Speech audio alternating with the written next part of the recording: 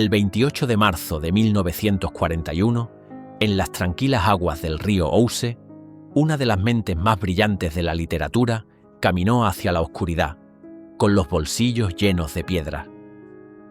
Este acto final, deliberado y trágico, ha amenazado con eclipsar la vida extraordinaria que lo precedió. Pero para entender a Virginia Woolf, no debemos empezar por su muerte, sino por el mundo que la creó, la jaula dorada contra la que se rebeló y el universo interior que cartografió con una lucidez sin precedentes. Adeline Virginia Stephen nació en 1882 en el número 22 de Hyde Park Gate, Kensington, en el corazón palpitante de la aristocracia intelectual victoriana. Su padre, Sir Leslie Stephen, era un gigante de las letras, un historiador, crítico y montañista que encarnaba el rigor moral y la seriedad de su época. Su madre, Julia Prinsep Stephen, era una belleza célebre, musa de pintores prerrafaelitas y una figura de compasión y gracia. Su hogar era un hervidero de ideas, frecuentado por las mentes más ilustres de la época, desde Henry James hasta Thomas Hardy.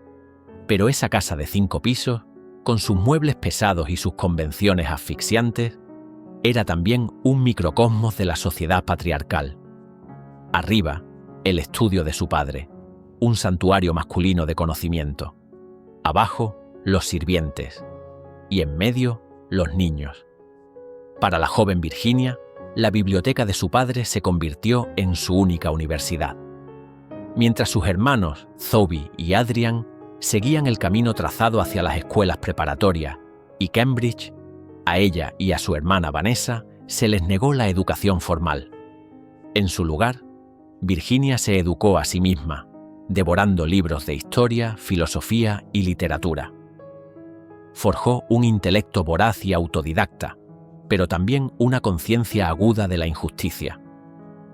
El contrapunto a la rigidez de Londres eran los veranos idílicos en St. Ives, Cornwall. Allí, en Talland House, con vistas al mar, Virginia experimentó una libertad casi mística.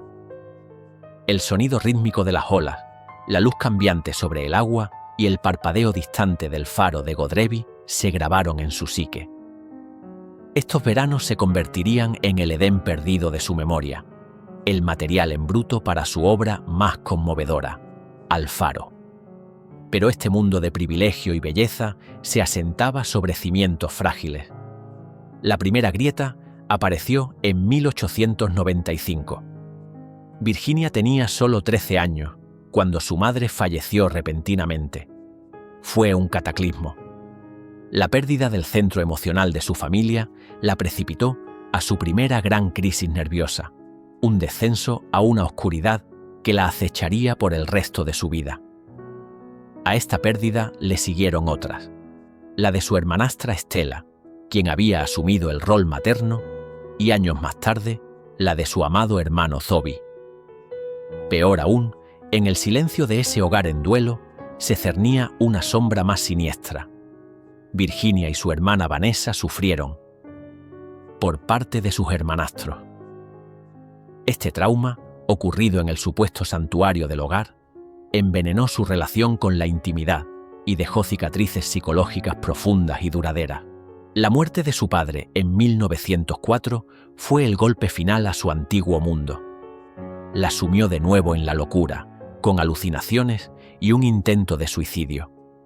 Pero, irónicamente, la muerte del patriarca también le entregó la llave de su libertad.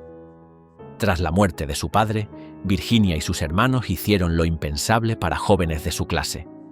Vendieron la opresiva casa de Hyde Park Gate y se mudaron al bohemio y entonces poco de moda barrio de Bloomsbury.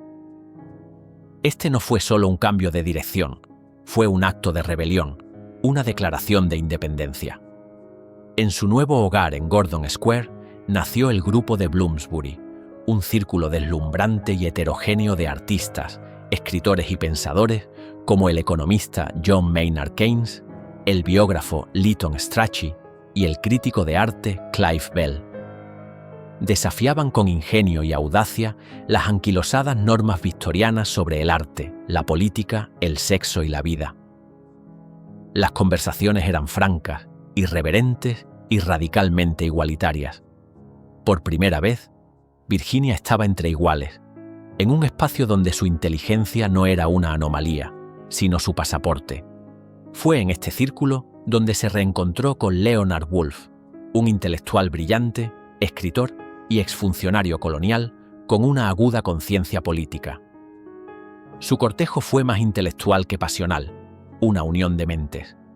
Su matrimonio en 1912 se convertiría en el ancla de la vida de Virginia.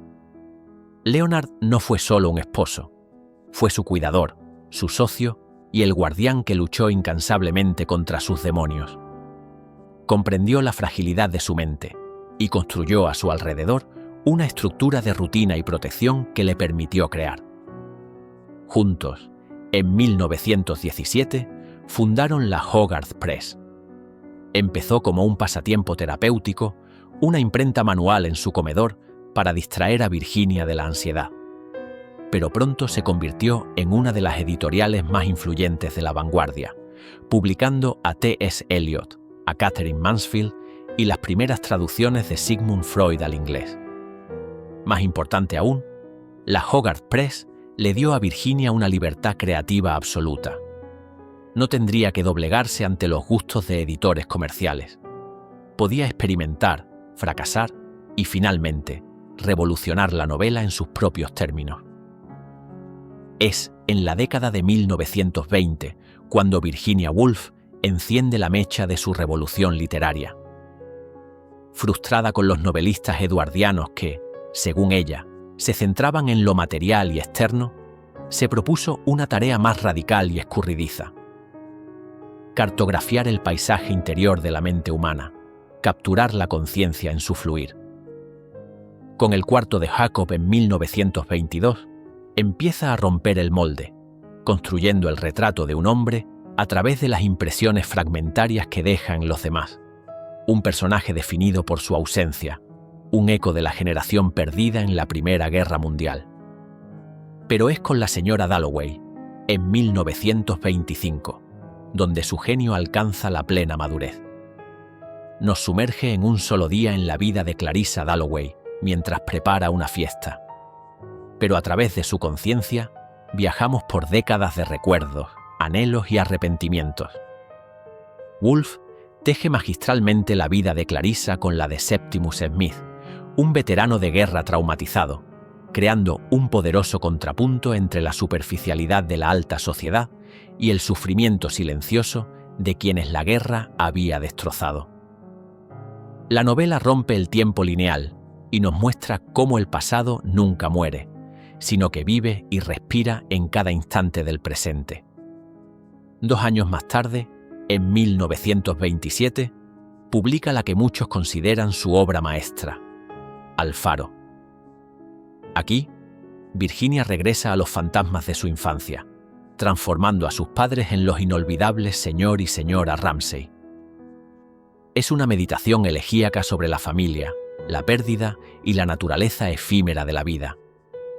La novela está dividida en 3 partes, con una sección central, El tiempo pasa, donde los años y la guerra arrasan la casa y la familia, y las muertes se anuncian en fríos paréntesis, como notas al pie de la marcha indiferente del tiempo.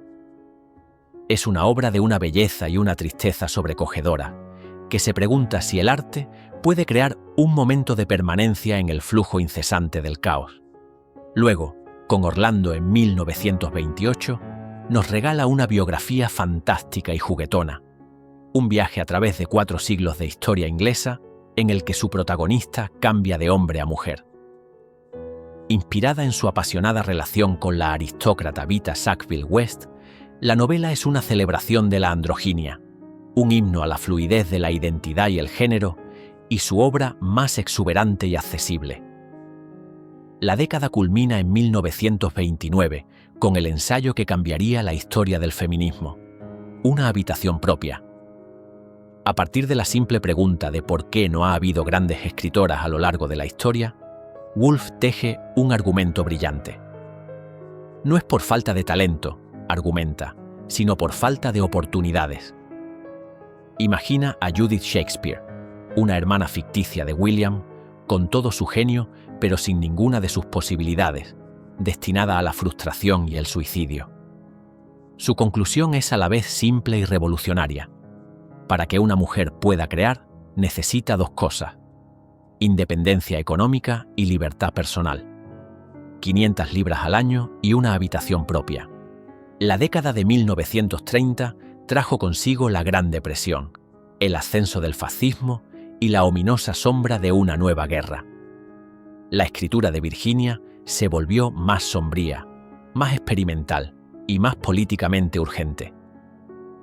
En 1931 publicó Las olas, su novela más radical. Es una obra que se acerca más a un poema sinfónico que a una narración tradicional. 6 personajes hablan en monólogos interiores desde la infancia hasta la vejez.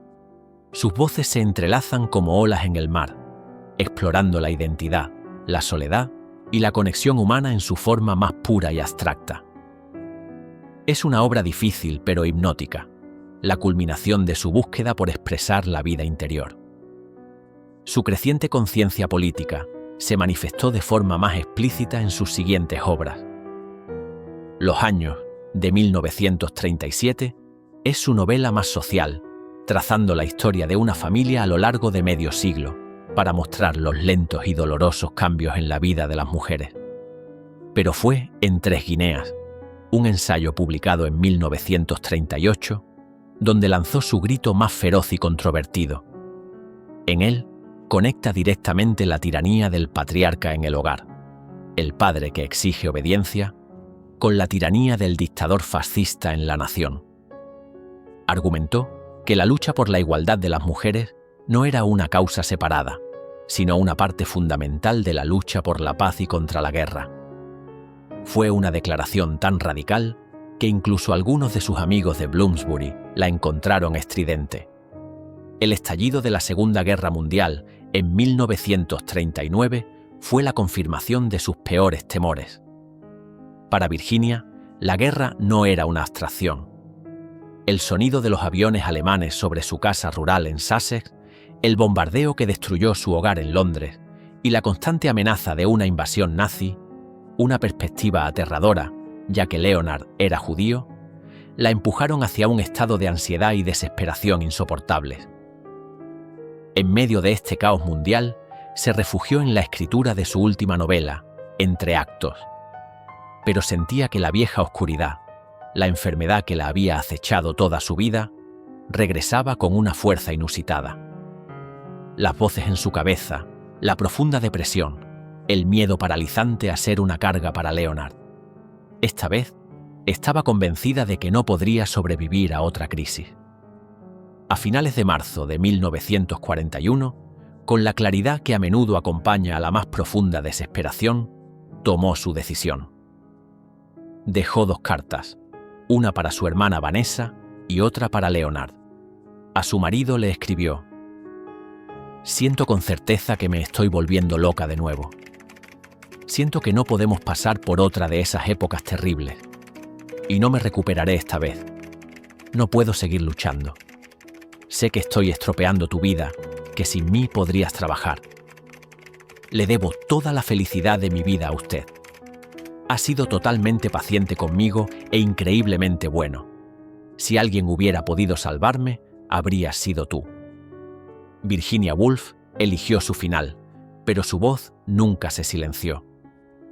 Nos dejó un legado que redefinió los límites de la novela y nos enseñó a mirar hacia adentro. Nos mostró que la verdadera vida no reside en los grandes acontecimientos ni en las tramas elaboradas, sino en los momentos fugaces de percepción, en lo que ella llamó un halo luminoso, una envoltura semitransparente que nos rodea desde el principio de la conciencia hasta el final. Su obra es un faro que sigue iluminando las profundidades de la experiencia humana, explorando la fragilidad de la mente, la tiranía de la sociedad y el poder redentor del arte. Su vida es un testimonio de una lucha feroz contra la oscuridad, tanto interna como externa, y una prueba de que, incluso frente al abismo, el acto de crear es el acto de resistencia más profundo.